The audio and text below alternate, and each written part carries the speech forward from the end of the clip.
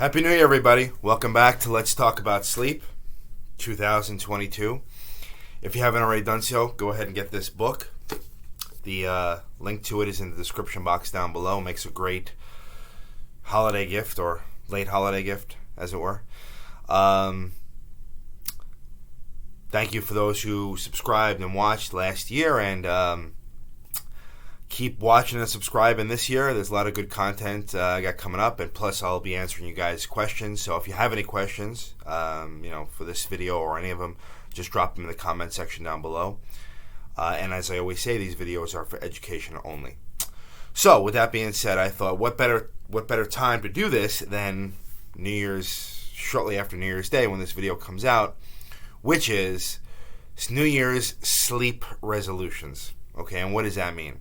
Well, I think it's good for all of us to kind of reevaluate what we're due around bedtime, and if there's any habits or so that we can do to improve upon that, which is what this channel is all about, then that would be good. So let's go over a couple, and this is not perfection. We're not going for perfection here, but if we can improve upon one or two of these things, I think that'll make your sleep and your sleep health all the better for it.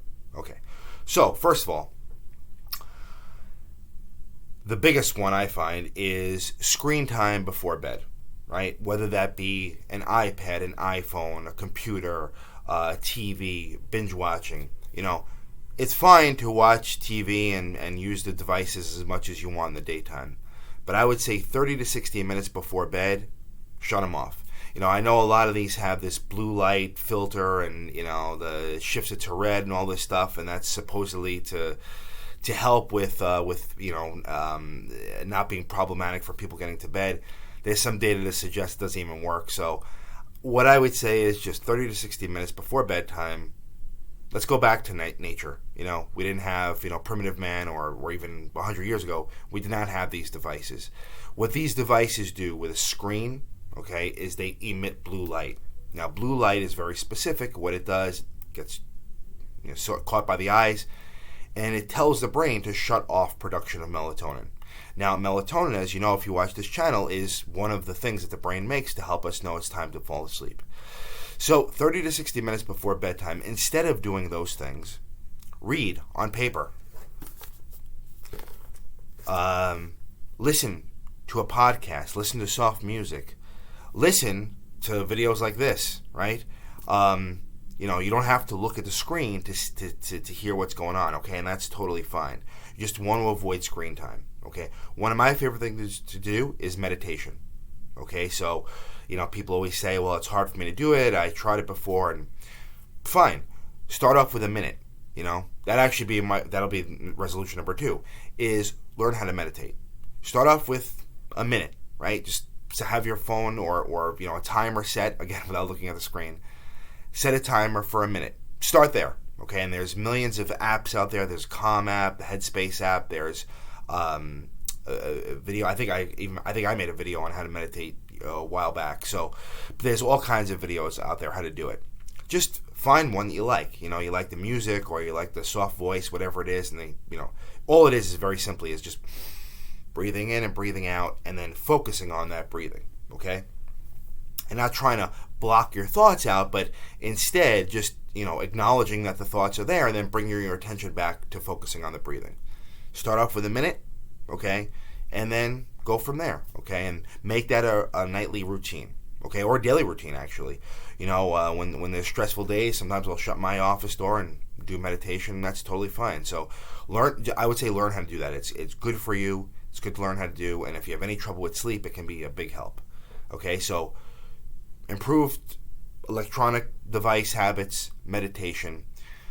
I would say the third thing is exercise, okay? Regular exercise. Now, this is always a big New Year's resolution, but I'm going to say it's specifically for sleep. Ideally, and I made a video about this not too long ago, you want to try to get some exercise in the morning. If you have to do it right after work, that's okay. You just want to avoid it right before bed, okay? So what I tell my patients, exercise in the morning, meditation at night. If you can get into that habit, that would really be tremendously helpful for your sleep, and literature supports that, okay? Naps would be the other one. So, and I don't mean actually saying, okay, I'm going to go home from work, I'm going to take a 3-hour nap. Of course, that's going to screw up nighttime sleep. What I mean, though, is something a little bit more seemingly innocuous, which is this.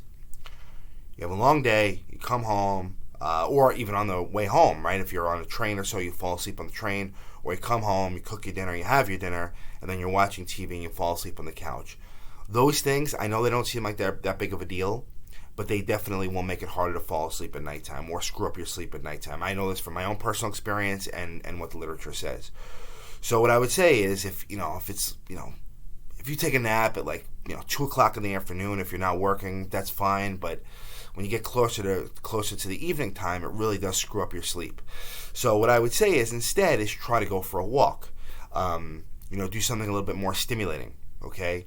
Maybe do even a little exercise, okay, to, if it's right after work. That can help keep you asleep because the idea is you want to get your sleep at nighttime to be kind of like, all right, this is the time.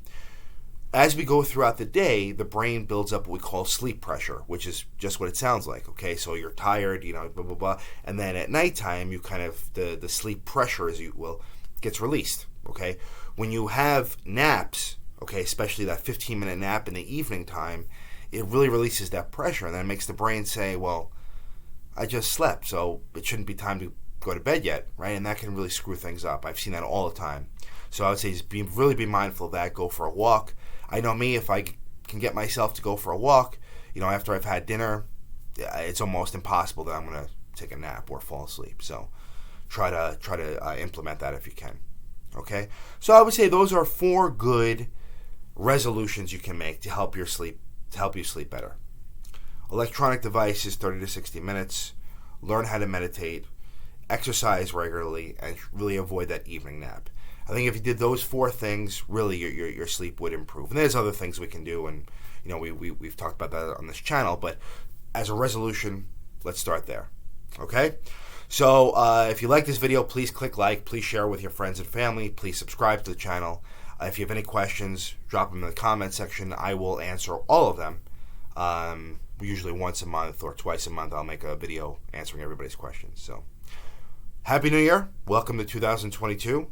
And until next time, sleep well.